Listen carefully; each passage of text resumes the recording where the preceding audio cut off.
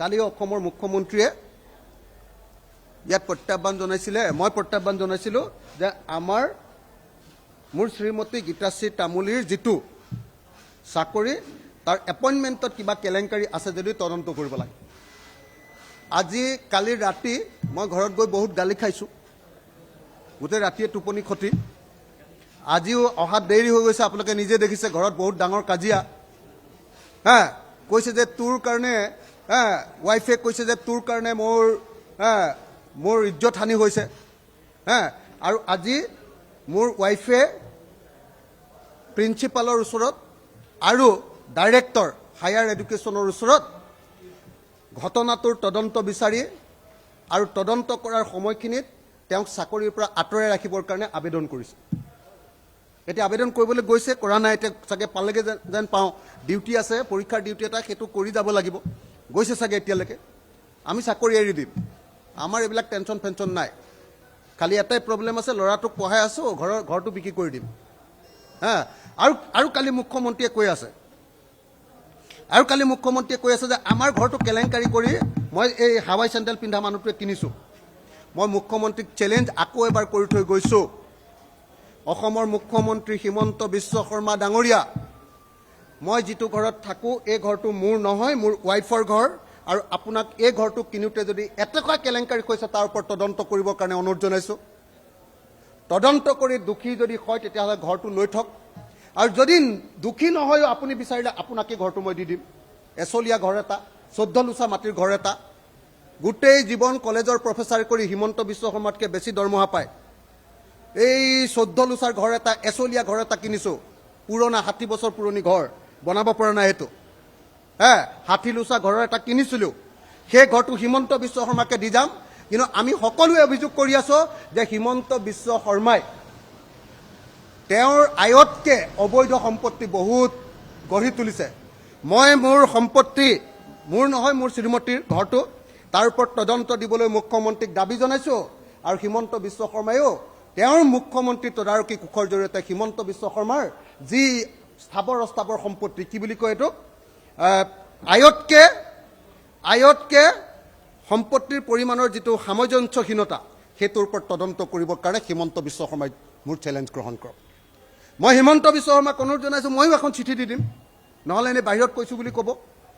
হিমন্ত বিশ্ব শৰ্মাক আজি ময়ো এখন চিঠি দিম, আজি বা কাইলৈ, যে আমাৰ শ্ৰীমতীয়ে ৰিজাইন দি দিছে। ৰিজাইন দিবলৈ মানে ৰিজাইন দিব নোৱাৰে দেই, ৰিজাইন দিবৰ কাৰণে এপ্লিকেশ্যন দিছে, ছিষ্টেম আছে। এপ্লিকেশ্যন দিছে যে মোক আঁতৰাই দিয়ক আৰু এনকুৱাৰী কৰক। এনকুৱাৰী কৰাৰ পাছত যদি যি আমাৰ ওপৰত একশ্যন হয় সেইটো হ'ব বুলি শ্ৰীমতীয়ে লিখি দিছে। ইয়াৰ পাছত যদি কিবা সুধিবলগীয়া আছে আপোনালোকে শ্ৰীমতীক সুধি ল'ব। আৰু মই মুখ্যমন্ত্ৰীক আহ্বান জনাইছোঁ যে ময়ো এখন চিঠি দিম, আমাৰ শ্ৰীমতীৰ চাকৰিটোৰ ওপৰত এনকুৱাৰী কৰক, শ্ৰীমতীৰ চাকৰিটোৰ ওপৰত। খালি খং উঠি আছে কাৰণে কৈছোঁ, হিমন্ত বিশ্ব শৰ্মাৰ নিচিনা 14 বাৰ জন্ম ল'লেও এইটো ক'বলৈ বেয়া পাওঁ। এবাৰ মোৰ শ্ৰীমতী কি হয়, তেওঁ গৈ এবাৰ নিজে কেনেকুৱা পঢ়া শুনা কৰা মানুহ, কি মানুহ, তেওঁ এবাৰ নিজে গৈ বুজি ল'ব। আৰু তেওঁ তেতিয়া নিজে শিক্ষামন্ত্ৰী আছিলে যেতিয়া মোৰ শ্ৰীমতীয়ে চাকৰি পাইছিলে। তেওঁ এইটোৰ ওপৰত মুখ্যমন্ত্ৰীৰ ওচৰত গৈ অভিযোগ দিছিলে, মুখ্যমন্ত্ৰীৰ ওচৰত।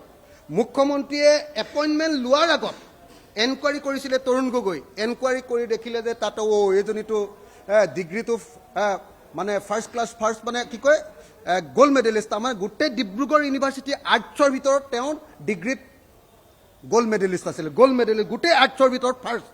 আৰু গুৱাহাটী ইউনিভাৰ্চিটিত MA গোটেই আৰ্টছৰ ছেকশ্যনটোৰ ভিতৰত ফাৰ্ষ্ট আছিলে, গ'ল্ড মেডেলিষ্ট। হিমন্ত বিশ্ব শৰ্মাই শুনি পাইছেনে নাই, খবৰ লৈ ল'লে হ'ল। আৰু তাৰপাছত সেইগৰাকী মহিলা, আৰু বেলেগ কথা বাদ দিয়ক, আমাৰ লাইব্ৰেৰীটো তেওঁ এবাৰ চাই আহিলে তেওঁ এনেই হাৰ্ট ফেইল কৰি যাব। কি কিতাপ পঢ়োঁ আমি, মোৰ ৱাইফে কি কিতাপ পঢ়ে এবাৰ চাই আহিলে তেওঁ হাৰ্ট ফেইল কৰি যাব। হিমন্তই তেওঁতো পইচাৰহে 2 নম্বৰী জানে, পঢ়াৰটো কিতাপ নাজানে। আমাৰ লাইব্ৰেৰীটো এবাৰ চাই আহিলেই হ'ল, একবাৰ চাই আহিলেই হ'ল। আৰু লগতে 2 নম্বৰ কথাটো হ'ল, আমাৰ ঘৰটোৰ কিবা কেলেংকাৰী আছে বুলি যে কৈছে, এইটোৰ ওপৰত তদন্ত দিবলৈ মই আজি চিঠি দি দিম, আজি বা কাইলৈ দেই। লিখিবলৈ আজি অলপ ঘৰত কাজিয়া হৈ আছে, গতিকে আজি লিখিবলৈ অলপ দিগদাৰো হ'ব পাৰে, নাজানো। তো তো গতিকে আজি বা কাইলৈ দি দিম হা যে মোক আমাৰ ঘৰটোৰ ওপৰত মোৰ ঘৰ নহয় দেই শ্ৰীমতীয়ে 60 লাখ টকাৰ লোন লৈছে 50 লাখ টকাৰ চেক দিছে ডাইৰেক্টলি হা এই 14 লোচাৰ মাটি লৈছে আৰু এনেকুৱা ভগা ঘৰ এটা পানী পৰা ঘৰ এটাত এই কালি আজি এসপ্তাহৰ আগত টিং হলাইছো টিং হা 60 বছৰৰ পুৰণি ঘৰ এটা হা আৰু মুখ্যমন্ত্ৰীতকৈ মোৰ শ্ৰীমতীয়ে 94ৰ পৰা চাকৰি কৰে 94ৰ পৰা কলেজৰ টিচাৰ আমাৰ মুখ্যমন্ত্ৰীতকৈ মোৰ শ্ৰীমতীয়ে বেছিকৈ দৰমহা পায় আৰু আমি ইমান দৰমহা পোৱাৰ পাছতো এতিয়াতো ময়ো এটা পাওঁ বাদ দিয়ক ইমান দৰমহা পোৱাৰ পাছতো আমাৰ এচলীয়া ঘৰ এটা আছে আৰু মুখ্যমন্ত্ৰীৰ গোটেই অসমত কিমান সম্পত্তি আছে এবাৰ তেওঁ নিজে আঁঠুৱাৰ তলত ভাবি ল'লে হৈ গ'ল আমি দম থকা মানুহ আমি ভয় কৰা মানুহ নহয় হিমন্ত বিশ্ব শৰ্মা হা দম আছে যদি এনকুৱাৰী কৰক আৰু আপোনাৰ সম্পত্তিৰ ওপৰত এনকুৱাৰী কৰক হা আজিতো ৰিজাইন দিবলৈ গৈ ৰিজাইন মানে কি এনেকৈ ৰিজাইন দিব নোৱাৰে তেওঁক কৈছে যে তদন্ত লাগে আৰু তদন্তৰ সময়খিনিত মোক চাকৰিৰ পৰা আঁতৰাই দিব লাগে এপ্লিকেশ্যন দিছে মোৰ লগতে এপ্লিকেশ্যন আছে মই দিব নোৱাৰো এইটো অথৰিটি মোৰ নাই আৰু দিলে মানে মই মাৰহে খাব লাগিব